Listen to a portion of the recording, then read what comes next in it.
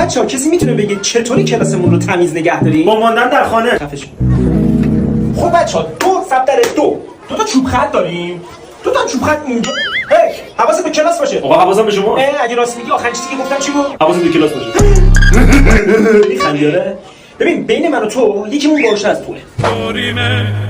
من باهوش‌ترم. 2 سال ازت میپرسم اگه تونستی جواب بدی تو باهوش‌تر از منی. باشه. نادرشاه توی کدوم نبرد مرد؟ نبرد آخر. درست گفتم؟ صورت تکنیکی درست. دیدی فرام؟ سال دوم اهنامه ترکمنچای کجا امضا شد؟ پایین کاغذ اهنامه. برای امروز کافیه. تکالیفتون رو بذارید جلوتون ببینم. آقا اجازه من میتونم بعد از چی؟ نه پس اگه تخلیه چیه؟ پس تکالیفت کو؟